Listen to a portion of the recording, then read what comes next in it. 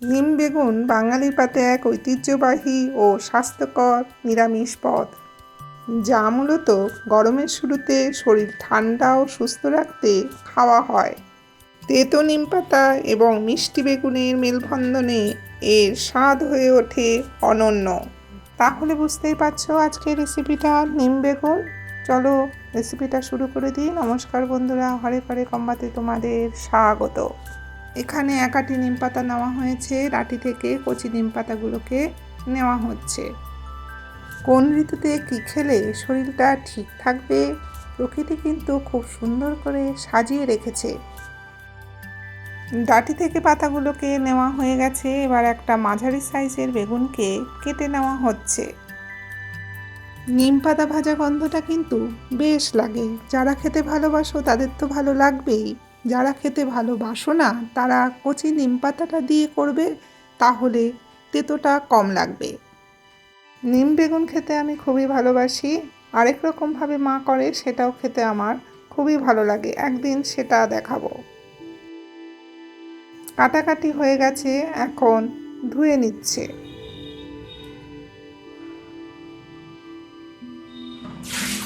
কাটা বেগুনগুলোকে দুটো পাত্রে রাখা হয়েছে। এবার হাফ চামচ করে নুন আর হাফ চামচ করে হলুদ গুঁড়ো দেওয়া হলো। এবার ভালো করে মেখে নিচ্ছে। চলো যাই মূল পর্বে। কড়াইতে 5 চামচ সর্ষের তেল দিয়ে দিল। এবার গ্যাসটা জ্বালিয়ে তেলটাকে গরম করতে হবে। তেলটা কিন্তু খুব ভালো গরম হয়ে গেছে। এবার কেটে রাখা বেগুনগুলোকে দিয়ে দিল। অল্প করে নিয়ে বেগুন ভাজলে বেগুন ভাজাটা খুব ভালো হয়, তাই আমরা দুটো ভাগে ভাগ করে নিয়েছি। আমরা বেগুনগুলোকে কিন্তু লাল লাল করে ভেজে নেব। দেখো, প্রথম ধাপের বেগুন ভাজাগুলো কিন্তু হয়ে গেছে, এবার তুলে নিচ্ছে। এত অবধি যারা দেখে নিয়েছো মনে করে একটা লাইক করে দিও। তোমাদের একটা লাইক আমার কাছে অমূল্য। একইভাবে পরের ধাপের বেগুনগুলোকে ভেজে নিচ্ছে। দ্বিতীয় ধাপের বেগুন ভাজাগুলো কিন্তু হয়ে গেছে। এবার বেগুন ভাজার যে তেলটা পড়ে রয়েছে তার মধ্যে কিন্তু নিম পাতাগুলোকে ভেজে নিচ্ছে। বেগুন ভাজার পর যেইটুকুনি তেল ছিল, তেলটা কিন্তু কমই ছিল, ওর মধ্যেই নিম পাতাগুলোকে ভেজে নিচ্ছে। দেখো, নিম পাতার একটা গুণ তো আছেই, বেশি তেলে খেতে তো ভালো লাগবেই, তবে গুণটা অনেকটাই কমে যাবে। খেতেও ভালো লাগতে হবে, অথচ গুণটাও থাকবে।